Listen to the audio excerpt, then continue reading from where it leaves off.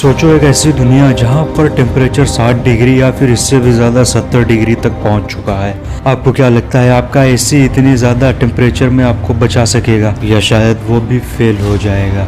आपको क्या लगता है कि आप इतने ज़्यादा टेम्परेचर में बाहर काम कर सकोगे या नहीं कर सकोगे? आज साल 2024 में टेम्परेचर लगभग 50 डिग्री सेल्सियस तक पहुंच चुका है और हर एक इंसान को बहुत ही ज़्यादा तकलीफ होती है अपने सारे काम करने में। और अगर इसी तरह से टेम्परेचर आगे बढ़ता रहा तो ज़्यादा टाइम नहीं लगेगा हमें 70 डिग्री टेम्परेचर का मार्क टच करने में। तो चलिए आज के वीडियो में जानते हैं अगर टेम्परेचर 60 या फिर 70 डिग्री सेल्सियस तक पहुँच जाता है तो इस दुनिया पर और हम लोगों पर क्या क्या असर पड़ेगा।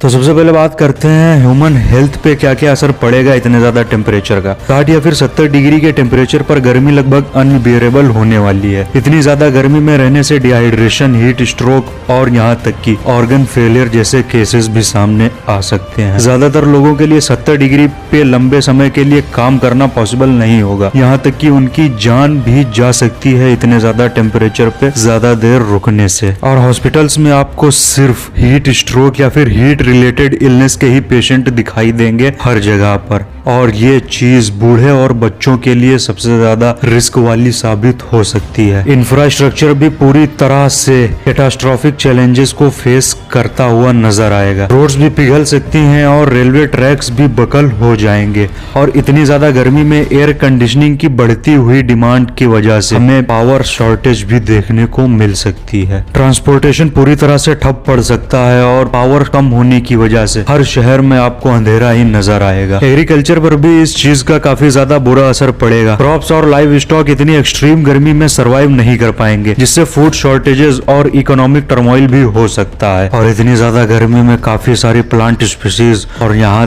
तक कि कई सारे कीड़े मकोड़े भी एक्सटिंक्ट हो सकते हैं। बायोडाइवर्सिटी लॉस बहुत ही ज्यादा तेजी के साथ देखने को मिल सकता है 60 या फिर 70 डिग्री के टेम्परेचर पर। अभी तक आप लोगों को समझ आ गया होगा कि अगर आज हमने टेम्परेचर कंट्रोल करने की कोशिश नहीं की, बढ़ते हुए तापमान को कम नहीं किया, तो आने वाला टाइम बहुत ही ज्यादा खतरनाक साबित हो सकता है। और जो बड़े बड़े शहर और बड़े बड़े इलाके रहने लायक ही नहीं बचेंगे, तो हम मास माइग्रेशन भी देख सकते हैं, जिससे कि जो जगहें ठंडी हैं और जहां पर अभी भी रहना थोड़ा सा पॉसिबल होगा, वहां पर काफी ज्यादा कॉन्फ्लिक्ट देखने को मिल सकता है। वहां पे हमें कई बड़े बड़े वॉर्स भी देखने को मिल सकते हैं। लोग एक दूसरे की जान लेने पर भी आ सकते हैं, क्योंकि 60 या फिर 70 डिग्री के टेम्परेचर पर रहना इतना ज्यादा पॉसिबल नहीं है। और ऐसे एक्सट्रीम टेम्परेचर में सरवाइव करने के लिए हमें कभी ना देखा गया इनोवेशन चाहिए होगा। Advanced cooling system, underground habitats और क्लाइमेट कंट्रोल एग्रीकल्चर एसेंशियल बन जाएगा। और अगर हम ऐसा इनोवेशन बनाने में सफल हो गए, तभी हमारी सिविलाइजेशन एक बार फिर से रीशेप हो पाएगी, वरना हम भी छोटी छोटी स्पीशीज की तरह एक्सटिंक्ट हो जाएंगे। ये सिनेरियो सुनने में तो एक्सट्रीम लग सकता है, लेकिन इन पोटेंशियल इम्पैक्ट्स को समझना हमें प्रिपेयर और इनोवेट करने में मदद करता है एक ऐसे फ्यूचर के लिए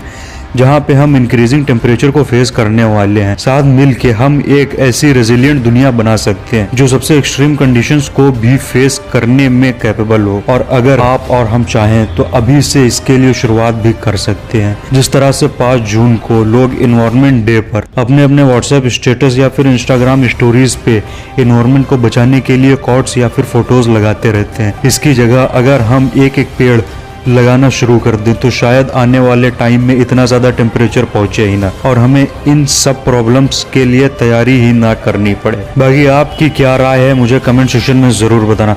वीडियो पसंद आए तो वीडियो को लाइक करके चैनल को सब्सक्राइब करना ना भूलना।